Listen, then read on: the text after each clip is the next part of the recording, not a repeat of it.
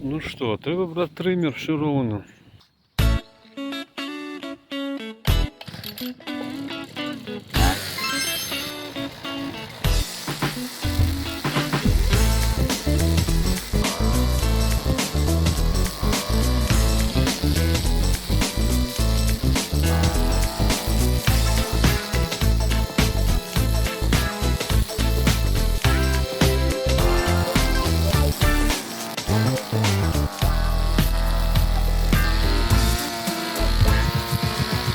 Ну ось я і покосив, бачиш.